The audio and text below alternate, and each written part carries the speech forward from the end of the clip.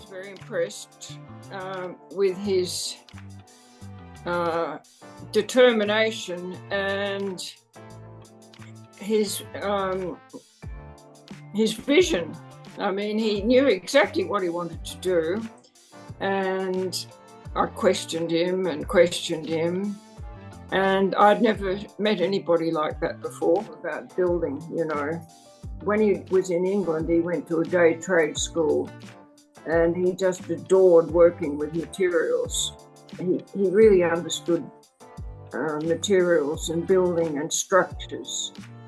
And his ethos was you make the most from the least. He worked with Nervi, and they had a wonderful relationship. It was the first of many relationships they had. And Nervi made the structure of Australia Square so elegant and refined. And it was the thing that made Australia Square so amazing. I mean, it would have been great anyway, but he just made it a beautiful work of art. We went to a wonderful lunch there where Arthur Miller was there, and I sat next to Arthur Miller and enjoyed his company very much. The simplest way is the best. The lovely thing is the Seidler House has got that mural, which definitely is influenced by his time in Brazil. And, you know, it's pretty exotic. You know, he really never changed at all. He knew exactly what he wanted to do. It was all about architecture. Well, more or less. Hello, Penelope. How are you doing? Oh, okay. Can you see me? Yes, I can see you. I can hear you, and it's very nice to see you. Where are you right now? At Killara. Oh, wow. You are in the house. Yeah. I can see a little bit of brickwork, and I can see the artwork behind you. So you must be in the dining room. In the dining room. Yeah. Yes. Before we begin, I want to show you quite a few things that surround me. I have so many books. I have all these biographies Yeah. right here. It's actually a very small portion of what I have, but you know, there is the cover story on Architectural Records cover, the Australian Embassy, and you know, there is the whole issue of. Oh yeah, that's a long time ago. Yeah, this is from the 80s, and and then Peter Blake book. Oh yes. And the huge Kenneth Frampton and Philip Drew book in the 90s. So I have all of these books, and I have actually more. I have you know, the houses. That's where did you get that one? That one was on sale some time ago. It was part of the exhibition, so I got it, I think, on some kind of auction or something like that. And then I have the CD of the film. Oh yeah.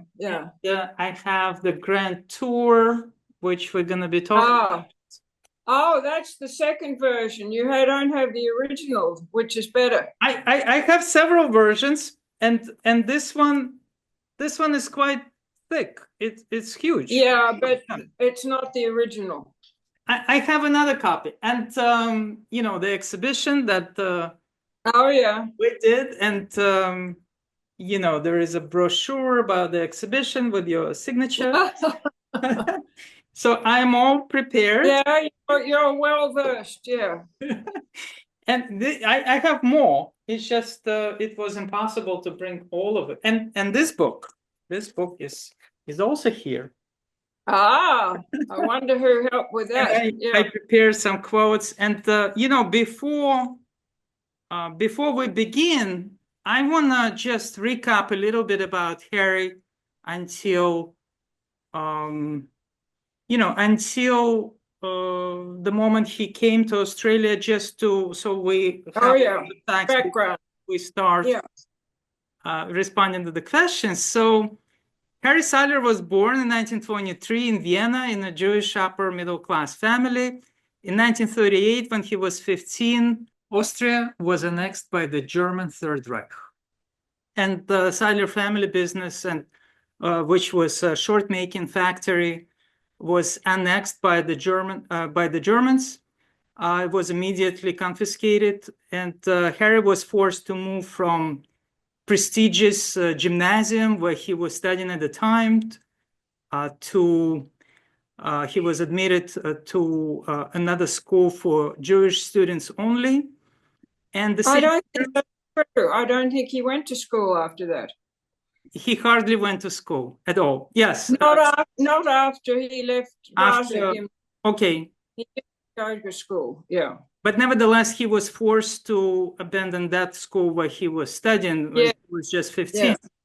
And the same year, he fled to England, where he and his older brother Marcel were interned in 1940 as enemy aliens and sent to an internment camp in Canada. And after 18 months, 18 months later, he was released upon being accepted as a student by the School of Architecture at the University of Manitoba. And in 1946, he was admitted to the Graduate School of Design at Harvard, where he studied under Walter Gropius and Marcel Breuer. And both became lifelong mentors to him. And he then worked at Breuer's office in Manhattan from 1946 to 1948. And that's when he received a letter from his mother, Rose, in Australia, where his parents immigrated from England after the war to design them a house, their house.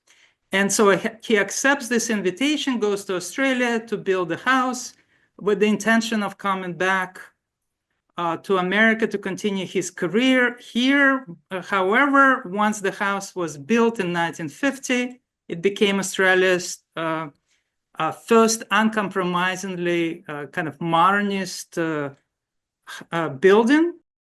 Yeah, you left out the bit about on the way to Australia, he went to Brazil and worked with Oscar Niemeyer. Yeah, we will talk a little bit about later.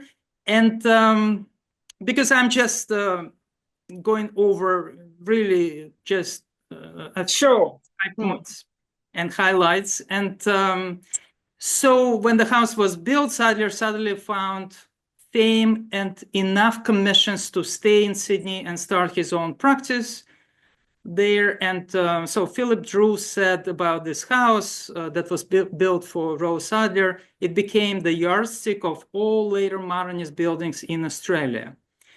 And so Harry's stay lasted for close to 60 years, resulting in altering the skyline of just about every Australian city, especially Sydney, where he became a household name. And he also became the country's most prominent architect. About right? Well, more or less. More or less. And we're just beginning, and we already have so many facts. And so let's start here. And if you could talk about how you first met Harry and what attracted you to him. Well, I was studying arts, liberal arts at Sydney University in 1957. And curiously enough, I had a sort of boyfriend who was Robert Hughes at the time, who's become very famous, and I was very attracted to him. But then I think it was in June, June 57, and I had just finished my role starring in the Sydney University Review. So I was having a very good time. And I went me and two other girls went to visit a mutual friend at North Sydney. And it was like 9:00 p.m. And after a while, Harry arrived. He had a lady with him, and they'd been somewhere because Lyle, who was an American, he was an architect, ex-GI, and he liked Australia and he stayed there. And he sort of had an open house. People used to drop in. Anyway, that's when I met Harry, and I sort of didn't take too much notice at the time, but I remembered talking to him. And then we met again somewhere else about a week later, at which time he started talking rather intensely to me about architecture, which I had never really thought much about at all. And I was very impressed with his determination and his vision. I mean, he knew exactly what he wanted to do, and I questioned him, and I'd never met anybody like that before. I was 17. He must have been... No, I was 18. He was almost twice my age. Not quite. But anyway, the attraction grew. And the next year, in 1958, when I was 19, we became engaged in May. I was 19 and he was 34. And we got married that year on my 20th birthday. And he was just 35. And we went to Japan on a wonderful trip. And, you know, he really never changed at all. He knew exactly what he wanted to do. It was all about architecture. And I just want to read, there is a quote by him. He said, I have a fanatical interest in the subject of architecture. I believe it is the most wonderful occupation for a person, a chance to create. Yes, he would have said that, yeah. And elsewhere you said that he was on a mission and you wanted to be a part of that.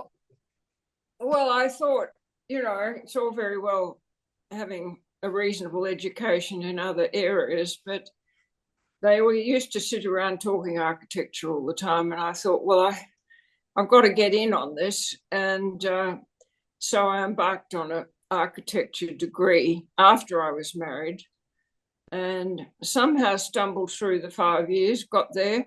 And it was good. It was good. I really enjoyed it. I made a lot of friends, and it was, you know, interesting learning to be a genuine professional. And let me ask you, I have never professed to be as competent as he was. However, I was a very good sounding board and critic for him.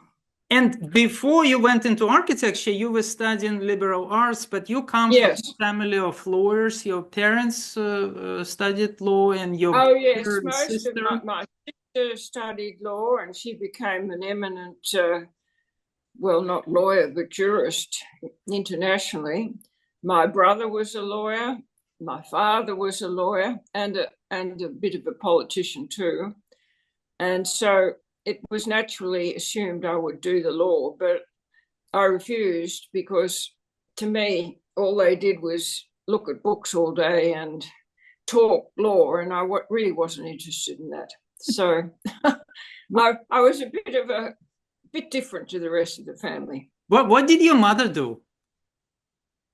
Well, my mother was a lady, you know, she was born in 1903 and she played the piano very well. But in those days, ladies they really weren't all that well educated, but she was very smart.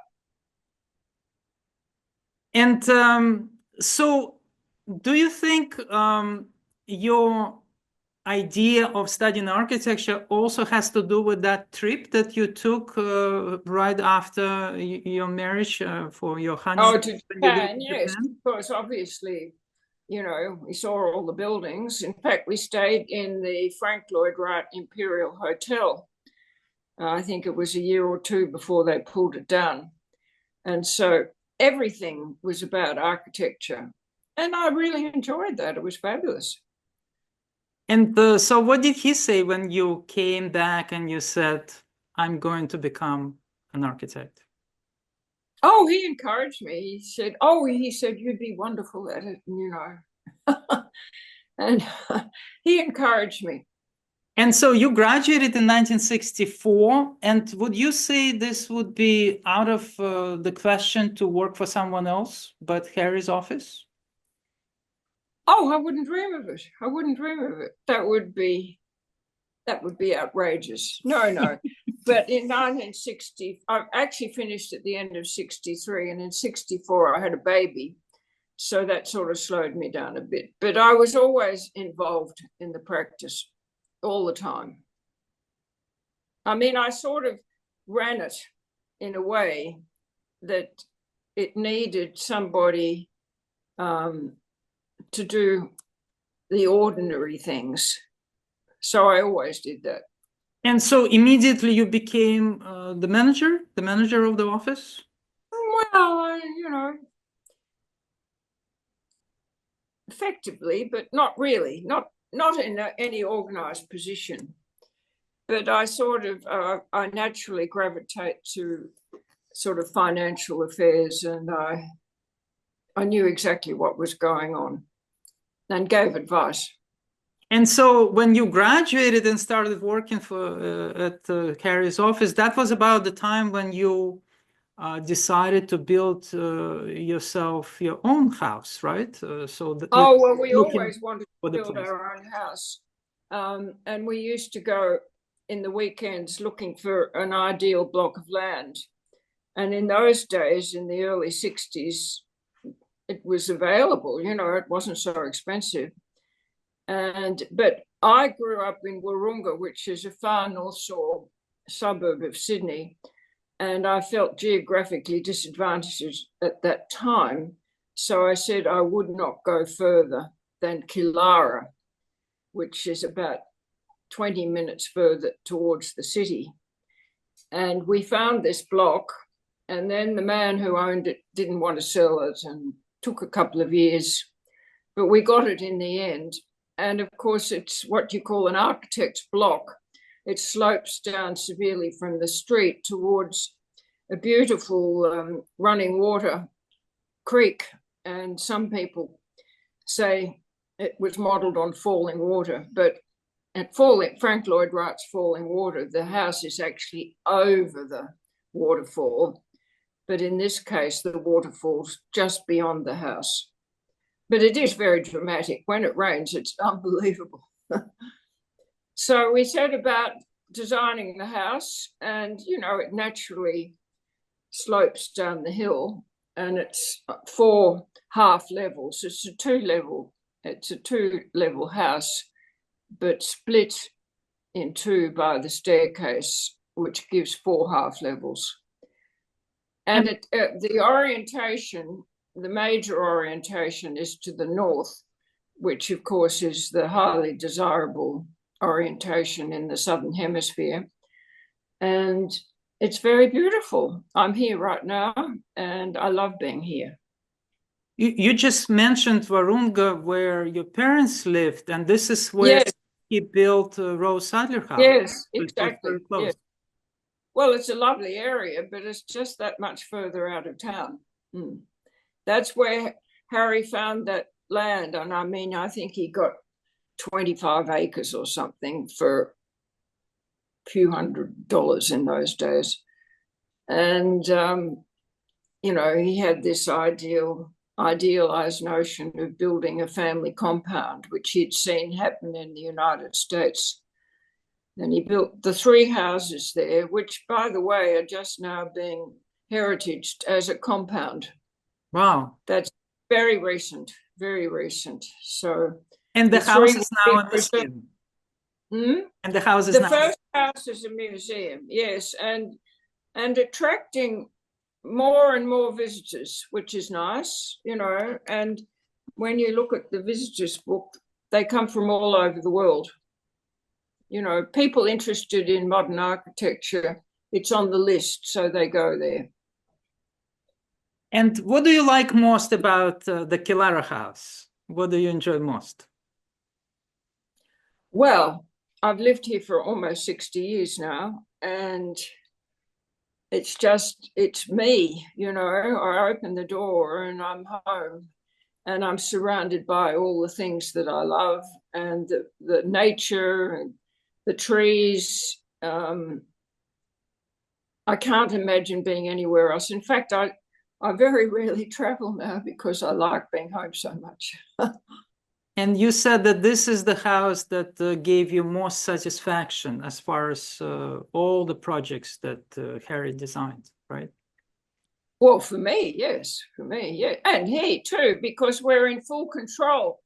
When you build for other people, you know, you lose control. And I mean, obviously you lose control. And sometimes it's very very upsetting what people, not usually the original people, but the people who buy the houses or the buildings sometime down the track, and then they make unsympathetic alterations. And you call it Seidler Fortress, right? Well, it's made of masonry and concrete, and it's very tough and indestructible. And inside we have furs, we have cow skin and zebra skin. It's fortress-like, it's medieval, and it's tough. A lot of modern houses are very light. This one is different. It's massive. And could you talk about how you furnished the house and then the collection of artworks that you collected? Oh, well, the house was for furnished years, I guess. Immediately. I mean, we spent the first, you know, the years before the house was finished, collecting furniture, and it was stored mostly at my parents, who lived in a big house. And we had the broiler chairs and the sofa, which we bought at Artek in Finland. We'd been to Finland the year before. We bought furniture there, had it shipped back, a beautiful orange rug, which we also bought in Finland. The dining table, we bought the frame in Switzerland. It's extendable, and then we put the timber top on top. But when we moved in, it was all ready. It was all furnished. And then the art, you ask about the art. Well, the year we moved in, there was a major show from the Museum of Modern Art in New York at the Art Gallery of New South Wales. And curiously enough, they were selling some of the work. It was available, including the Albers, Homage to the Square. So we bought that, and that was here from day one.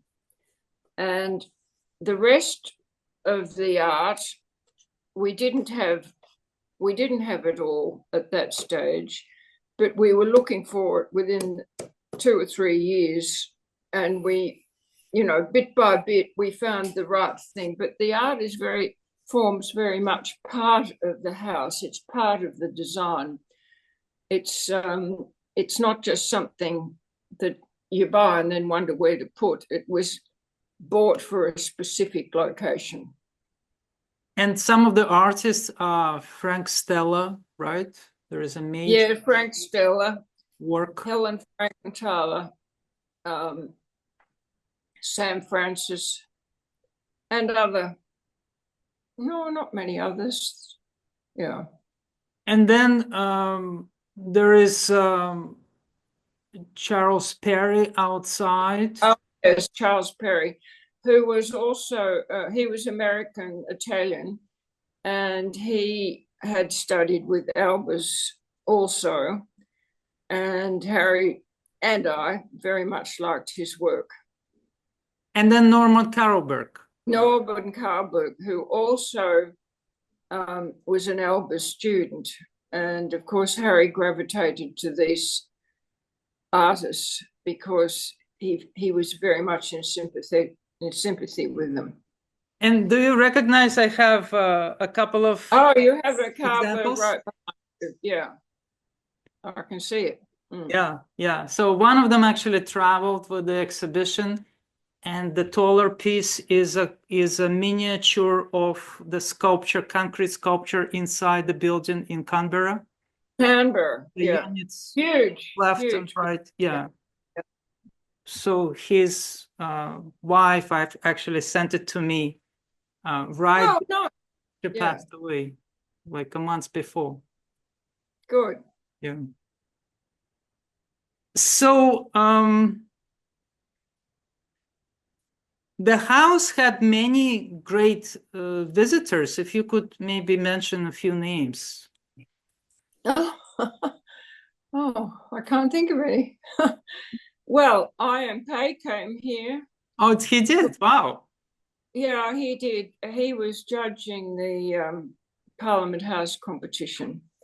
And of course, he knew Harry they were both students at Harvard together. And Henry Kissinger came here for lunch when he was famous. He was born the same year as Harry, actually. They were similar age. Oh, wow. Okay. Yeah, I can't remember who else. A lot of famous people. Gio Ponti, I think came. Oh, Gio Ponti came just before the house was finished. And he was lovely. And he wrote beautiful thing about it in Domus.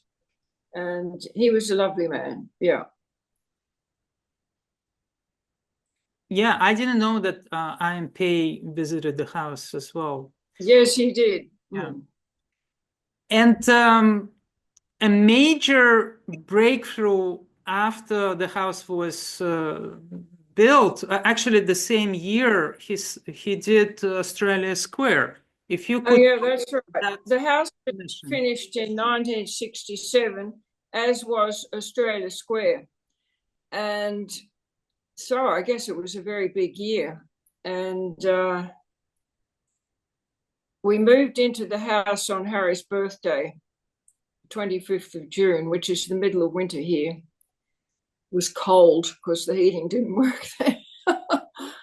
And Australia Square was finished the same year. And of course, as you know, Harry had been working on that building. It's two buildings, really. The first building was finished some years before, but he wasn't really happy with the structure because it was done by the builder developers, and he thought it was awkward, and he persuaded his client, who was a very enlightened client, that he should go to Rome and work with Pier Luigi Nervi. And he persuaded his client that he should, and he did. And in the year of 1963, when I was doing my final year exams, he was in Rome and he studied. Well, he worked with Nervi and they had a wonderful relationship. It was the first of many relationships they had. And Nervi made the structure of Australia Square so elegant and refined. And it was the thing that made Australia Square so amazing. I mean, it would have been great anyway, but he just made it a beautiful work of art. I know that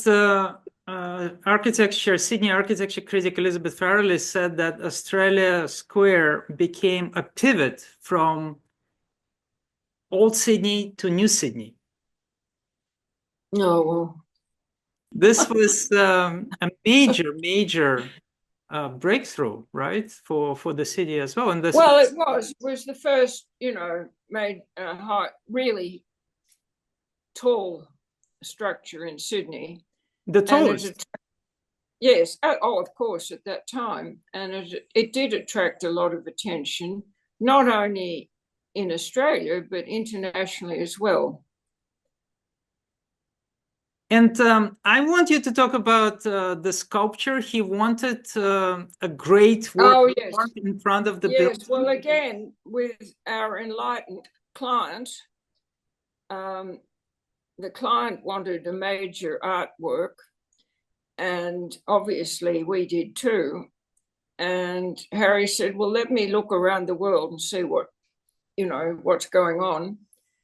And we both traveled in 1965 or six, depends which trip. And we visited major artists and sculptors around the world. We visited Henry Moore in England. We visited, Alexander Calder, who ended up getting the commission. We visited first his foundry in France, in Sachet, and later on visited him himself in Roxby, Connecticut. We went to a wonderful lunch there where Arthur Miller was there, and I sat next to Arthur Miller and enjoyed his company very much. And there was, who else? Harry Bertoia we saw. And this was early days, actually, before Calder was known, but it was before he did his major commissions in the United States. The major work in Chicago was 2 or 3 years before that. With Mies, right? Yes, yes. And Henry Moore was very interested, but he wasn't so engaged with a site-specific work. He did his work, and we had a long talk with him, and he makes a sculpture, and he wasn't particularly obsessed with its location. And the piece that we particularly admired was later put in Lincoln Center in New York. Oh, wow. So interesting, yeah. So we saw that piece because that was after, we're talking about. But Calder was very engaged. He never came here, but he was very engaged with the site, and there was much correspondence and discussion of the heights and widths and, location. And we were very happy with the outcome. And also Noguchi was involved in that. Noguchi, we had, he lived between America and Japan, and we had been tracking him. Of course, international communications was not as simple as it is now. Look at me talking to you. This is nothing. But there were letters flowing, and finally we missed him in America. And then finally on the way home, we stopped in Hawaii, and Harry was lining up to get a rent-a-car, and the woman called out, Seidler, Harry Seidler, and the man behind us said, "Oh, are you Harry Seidler?" He said, "I'm Isamu Noguchi." we've been corresponding. So we ended up having a wonderful day with him, and Vladimir Osipov.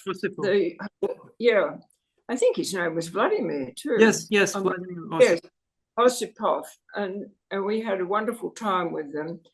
But in the end, we thought Calder was the best choice, and I don't think we ever regretted that.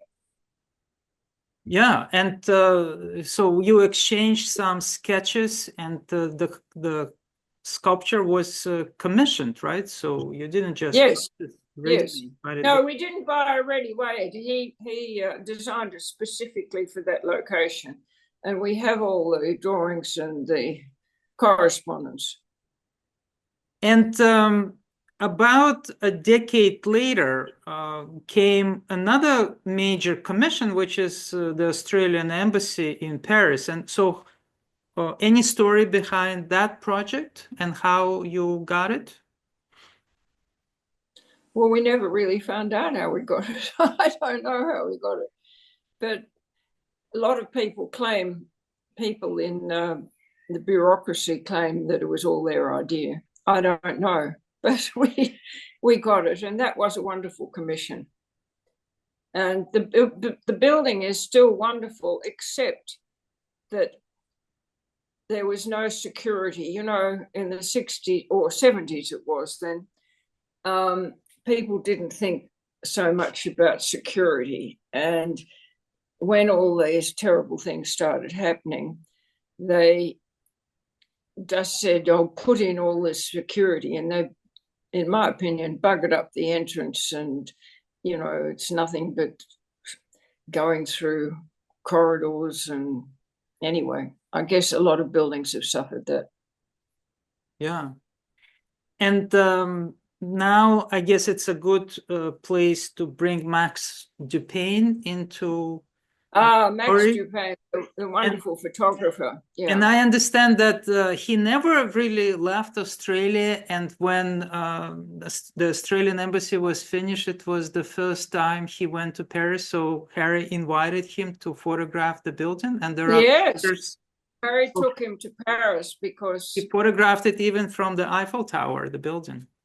Yeah, well, the Eiffel Tower is very near, and Max was a brilliant photographer. And as soon as Harry met him in Sydney in the early 50s, he became his, photographer. And Max and he had a very close relationship, although they were always sort of arguing a bit about various things. Harry used to get very nervous when he was photographed, the building would be photographed, and he went to all sorts of trouble making sure that everything was perfect, And Max would come along and Harry would say, "Look, if you photograph from here at that time, that's the best," and at that angle, etc. And Max would sort of tolerably listen. And then Harry would come home and he'd say, "Do you know," he said, "Max found a really good spot to photograph." They were like little kids. But he was a wonderful man, and he went to Paris and he did his own photographs of Paris, which are absolutely beautiful, and gave them to us. And I've since given them to the Art Gallery of New South Wales, and they're very pleased to have them because they're the only international photos that he took. He did go to New Guinea during the war, but that's a slightly different thing. And they worked together for many years, for several decades. Right? Yeah. He was a great, and his reputation has only grown since his death. There's going to be another major Max Dupain exhibition in Sydney next year. It's funny because his ancestors were French. Dupain is, of course, a French name. And they visited some of his ancestors in a sort of rather elegant part just outside Paris. There was a big lunch, but of course Max didn't speak French. They're limited. Their English was limited, and so Harry spoke a little French. Oh, he did. Okay. Well, he learned a little French. Yeah, of course he spoke German, as you know. Yeah. And I want to talk more about this book, The Grand Tour. Oh, yeah. So this was in the making for many, many years. Yeah, well, the first photograph in that was taken in 1948, before Harry came to Australia. I think that's of the Gropius house in Lincoln, Massachusetts. And Harry was a fanatic photographer. I mean, all our travels were guided by the sun and the weather and which time to get to a building and all that sort of thing. And there are a lot of photos in that book taken during our honeymoon in 1958 in Japan, and subsequently all over the world, really. I mean, there are very few, it's not much of Africa in there, only Egypt. But South America, Asia, obviously Europe dominates. So it's a brilliant book. But the original cover, which was designed by Massimo Vignelli, when they reprinted the book, Taschen reprinted it with a hardcover. He put the that cover. I can't even think what it's called. What? I have that book somewhere as well. Yeah. So what's on the cover? What country? Oh, well, there's two. There's a picture of the Mies building in Barcelona. Oh, Barcelona Pavilion? And in Portugal, the staircase. Oh, yes, yes, that traditional. Yeah. Yeah. But you've got the chocolate box cover of the Taj Mahal on the later one. Yes. So, and I can see Benedict Taschen came to see us. Benedict Taschen came to see us in Sydney, and he wanted to get some photos of Harry's to put in a book. And at that time, we were working vaguely, it wasn't definite, with Massimo Vignelli to get a book of these travel pictures. And so I showed that to Benedict Taschen, and he grabbed the idea. He said, "Oh, I'll do that book, and I'll do it in 4 languages, and it'll be out by Christmas." And do you know, it was, because as Benedict Taschen says, he's a one-man show. He doesn't have to give it to a committee. He just does what he likes. And it was amazing. And he did that, and it was in 4 languages, and then the several reprints. But I think it's gone now, because everybody looks at, the computer for pictures. It's different now. It's a great book, because not only it has all the photographs, but also it is accompanied by some of the plans, and he explained some of the architectural concepts behind the architecture. There are quite a few pictures where you are. I was always there. Background or foreground. I gave the scale. So you were at all of those places. And so another important commission was Hong Kong Club. If you could talk about that. Oh, yeah. Well, that was very interesting. There had been an international competition for the Shanghai, Hong Kong and Shanghai Bank. HSBC, which is on the prominent Piazza Square in Hong Kong. And I think 6 international architects were invited. But within a day of handing in the designs, it was announced that Norman Foster had won the competition, which, obviously is always disappointing when you miss out on something. But then the very next day, we got a telegram, or was it a phone call? I can't remember. One of the man who was sent Michael Sandberg. Oh, was it? Yeah. You can remember better than me. Oh, I have my notes. He had visited all the entrants to the competition. He'd been to America, he'd been to Europe, he visited us in Sydney, and I remember he came home for dinner. And the very next day after Foster had won, he wrote to us and he said, "Sorry you didn't get that job, but I'm the president of the Hong Kong Club, and would you like to do that building?" So more or less what the Hong Kong Club building is, a scaled down version of the projected design for the Hong Kong Shanghai Bank. And, what's amazing is I was in Hong Kong a year or so ago. When the Hong Kong Club was finished, it was alone on the horizon. The buildings, the photos we took of it, you can't see any other tall buildings. But now it is swamped.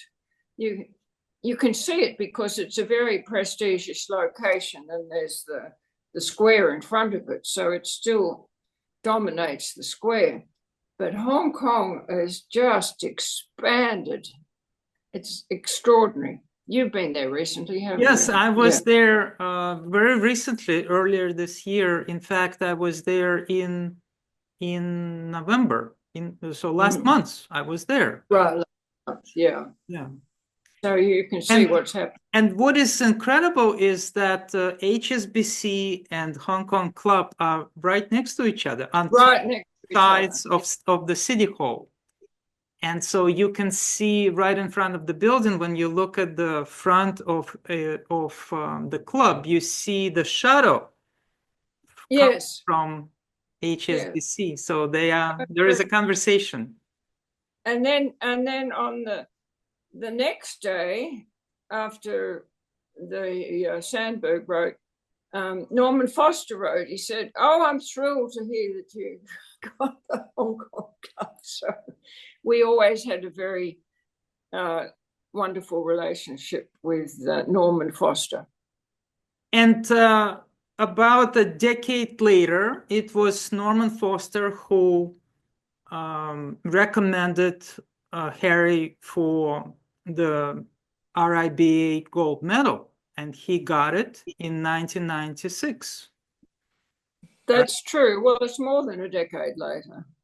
Oh, well, I suppose it's a decade later. Anyway, yeah, 1996. And that was wonderful. And we obviously went to London to receive it. And we had an interview with the Queen. Just the three of us in a room. Elizabeth II.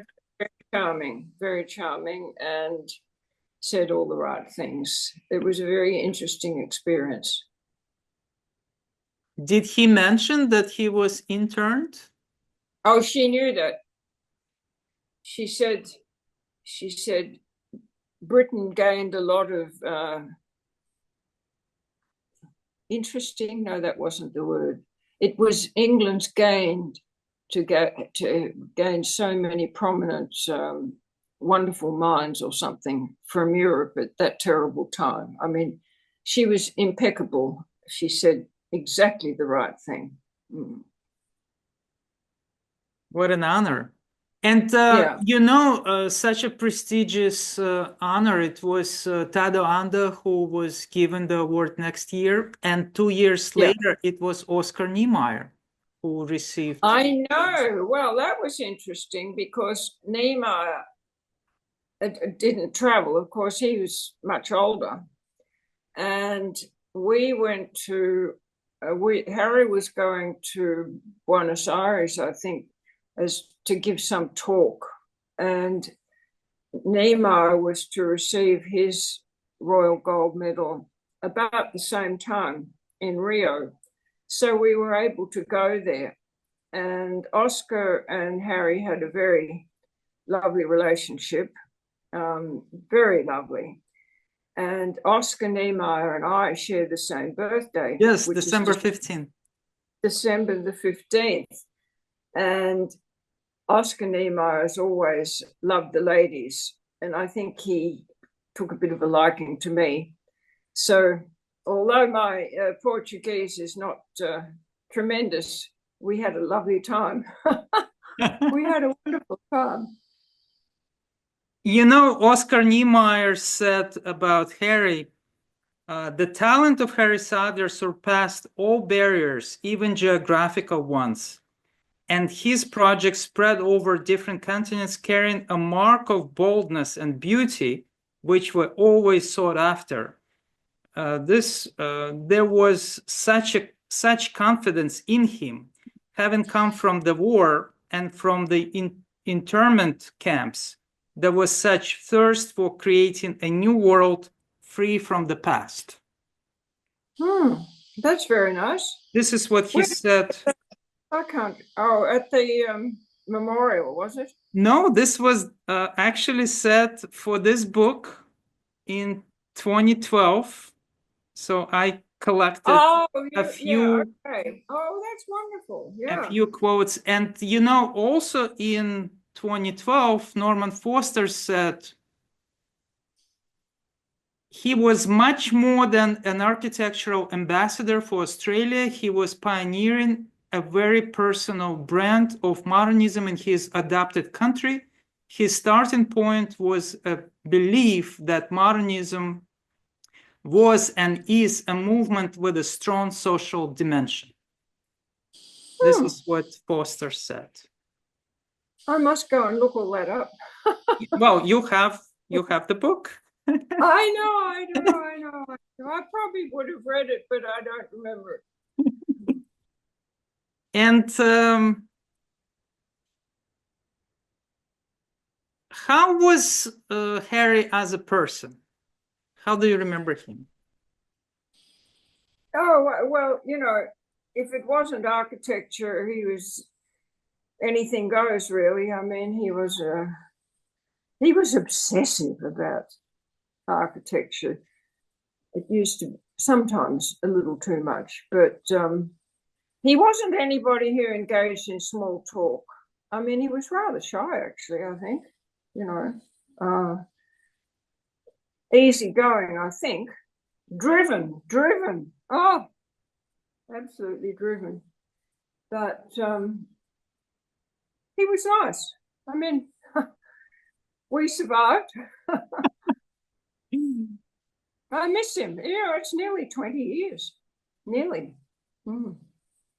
Yeah, it's in 26 will be 20 years, right? Yeah. What do you think architects should learn from Harry Seidler? Well, I think they should know more about the fundamentals of building. Harry knew about building, you know. When he was in England, he went to a day trade school and he just adored working with materials. He really understood materials and building and structures. And his ethos was you make the most from the least. He thought that people didn't think enough about economy of structure or simple designs. His designs are very simple. You look at them and you think, oh, well, anyone could do that. That's just, you know, a corner here and it's all open. But as Glenn Murcutt says, the simpler the building, the harder to design. Simple buildings look easy, but they're very difficult to do. And I think a lot of today's architecture is over complex and everyone's trying to have, you know, zigzags and make it look extraordinary. And there's no logic to it. There's no fundamental design in it. Many buildings, of course, not all. And I still think that architects do not pay attention to the sun. And because of air conditioning, they disregard the heat gain and they refer to these glass wall buildings, which Harry never did. People are still doing it. It's ridiculous. And everybody's now talking about, you know, net carbon, all that stuff. But they're not really following it in a logical way. There's much talk about it, but not much logic. I think people, the simplest way is the best.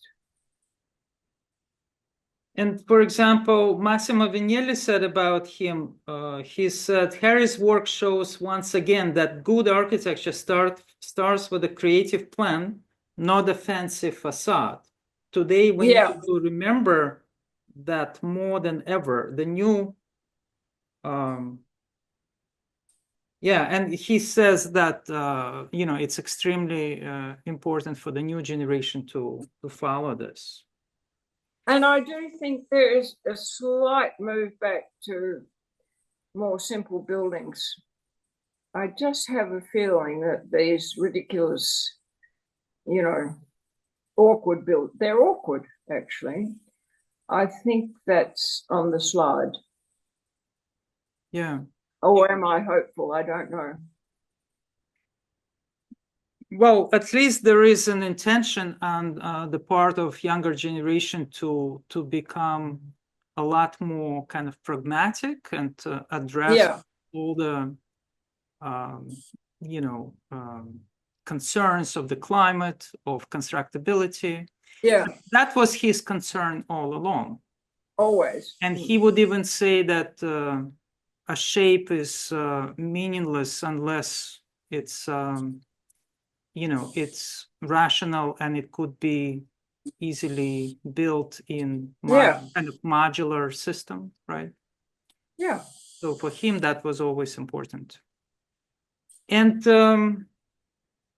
I wanted to, let me also read, we're almost done. For example, IMP, you mentioned IMP, and there is a quote by him. He said, I consider him brother in arms. We both fought against postmodernism. I in New York and he in Australia. He's without question the best. The fact he's not better known in the rest of the world is because he's in Australia. Australia is too far away. It is both a hard handicap and an opportunity for him. I didn't know that one either. Is that in the book? This is in the book. There is there are two spreads of different quotes about Harry. And then I put together some quotes by Harry.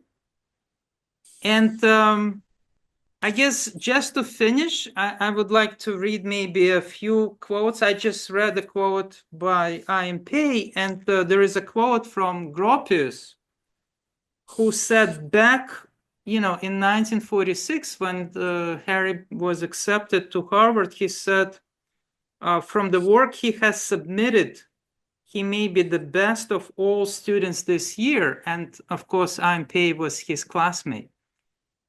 Oh, yeah, that's a special year. That's wonderful. Well, I don't think Harry ever saw that quote. He didn't know that, but the point was he applied to go to Harvard after the deadline for, entrance, and he got a scholarship. So Gropius must have seen something. Not only that gave him a scholarship, otherwise he couldn't have gone because he had no money then. I mean, he was living alone in Toronto. Yeah, I think the war was still on.